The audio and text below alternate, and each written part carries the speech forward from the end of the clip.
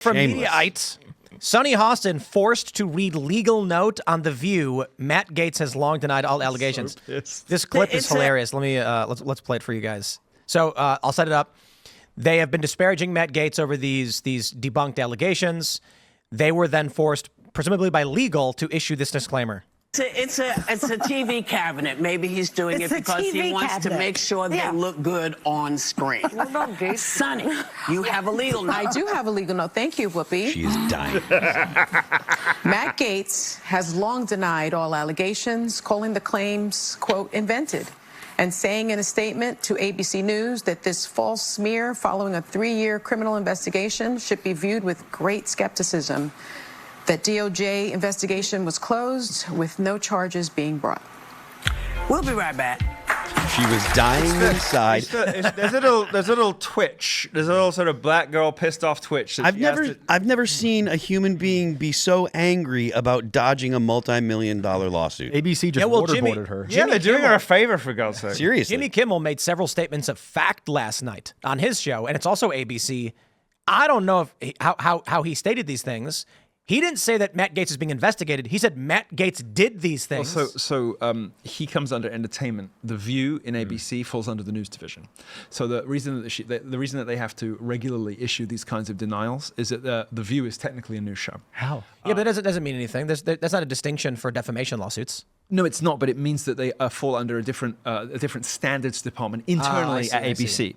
So ABC's, when you run, and it does make a difference, for instance, for satire. It does make a difference, for instance, for, comedians have far more license to say things than news anchors, practically speaking, right? So if you are a late night comedian, you have an automatic presumption that much of what you're saying is either comedic, satirical, pastiche, or some sort of burlesque, whatever. If you are a news show informing the public about what happened today, and The View comes under ABC's news department, it's a completely different team of lawyers, and they have to conform to the same standards, at least in principle, as ABC's nightly news. That's the first time she ever struck the tone of a talking head. That's right. The View, that is why you will see, if you are a regular View watcher, as I am, because I love to intrude on private grief. I prefer Chicken City. If you are a regular View watcher, you will regularly see them issue these kinds of statements because they fall under the legal team of the news department. The other story on this one, Jimmy Kimmel. For the reason, it's obviously not entertainment, is it? So, Jimmy Kimmel comes out and said, Matt Gaetz did these things. It's disgusting. How could he be so stupid that he did do these things? I mean, this is defamation per se. This is accusing someone of committing pedophilia is the most egregious form of defamation. But as a public figure in America, you have no defense. Not defamation per se. Well, this is so. In principle, yes, but nobody wins, and nobody ever wins. Nobody ever brings those cases because by suing, all you do is indelibly link your name with the allegation. So there's no win condition for Matt Gaetz here. You have to just let it go, and that's what the comedians know. Okay, so if Matt Gaetz sues for something like that, all anybody will ever remember is that Matt Gaetz had to defend himself against X, right? So that's all anyone will remember. So it doesn't really matter. The public opinion. Yeah. Do you think Gaetz's nomination for AG will eventually be hung up in Congress or in Senate? No, I think they'll do recess like they said. And I also think that if you cast your mind back to the last 10 attorney generals, I think he'll do a better job than any of them. I think that all of Trump's appointments, with the possible exception of Dr. Oz, who I'm just like pretending I didn't hear. What's Oz doing again? It's a irritating Milo. HHS, a set of medical things. I mean, when I heard Dr. Oz, I made a vow with myself. I was like, I don't hear it. I don't see it. It's just like. What's your beef with Dr. Oz specifically? It's just insubstantial, creepy weirdo. I mean, my problem with him was that he's a loser, that he lost the Senate race to John Fetterman, who, interestingly enough, said that he'd actually vote to confirm Mehmet Oz. Which is adorable. Yeah, well, no shame in losing to between a Republican and a Democrat. I guess I'd prefer the Republican. No, I would have voted for Fetterman.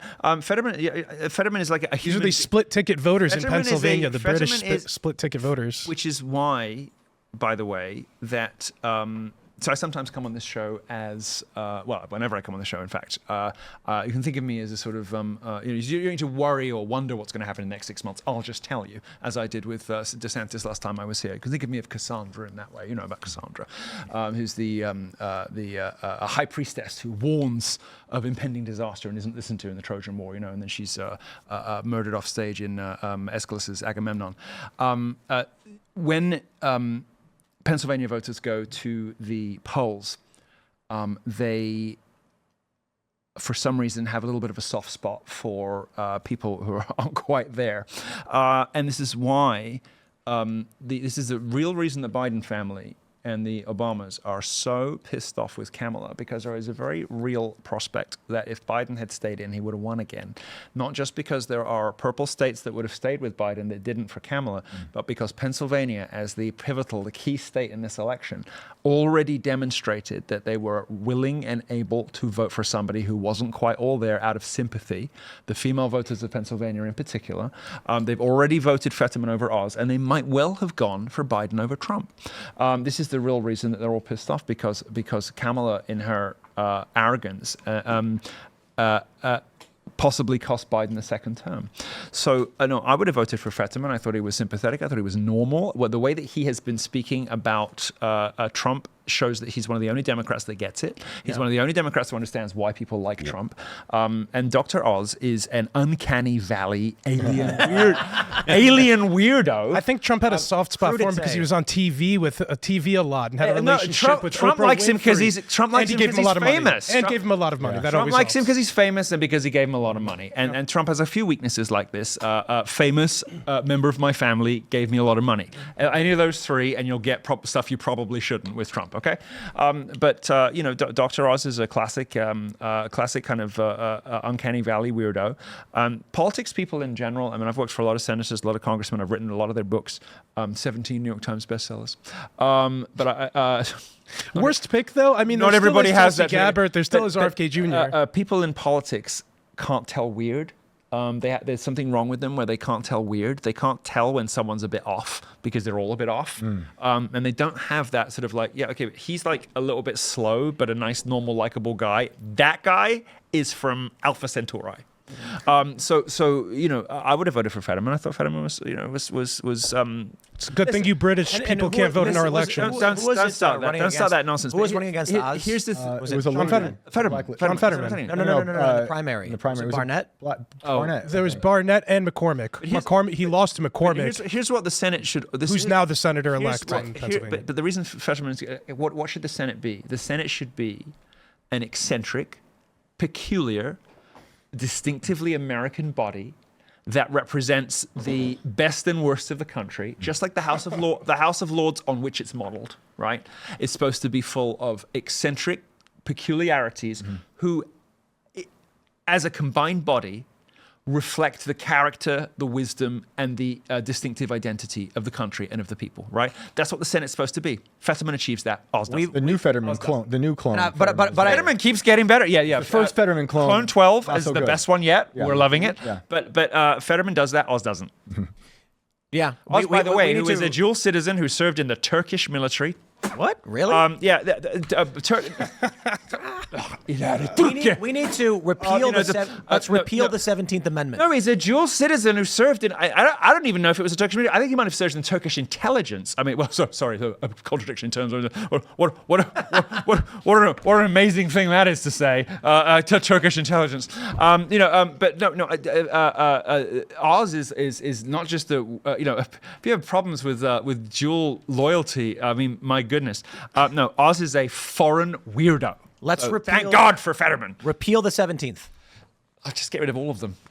Listen, what Adam said, was that the Bill of Rights, meaning everything after the Constitution, the amendments, was suitable only for the government of a moral and religious people. That's right. And what he meant by that was Christians. Okay. Why wouldn't he say Christian explicitly then? Well, because everybody was Christian. Because it was. Then why wouldn't he say it explicitly? Because it was a given. Religious. You don't need to. Religious. No, guys, Elad, you're wrong. Religious good freedom. Christians, Religious too. freedom in the time of the founders was about competing Protestant denominations, and those competing Protestant denominations, they wanted to avoid wars between Calvinists and Presbyterians, whatever. So religious freedom was designed to stop civil wars among Protestant denominations, and moral and religious people meant to the founders and everybody else at the time Christians.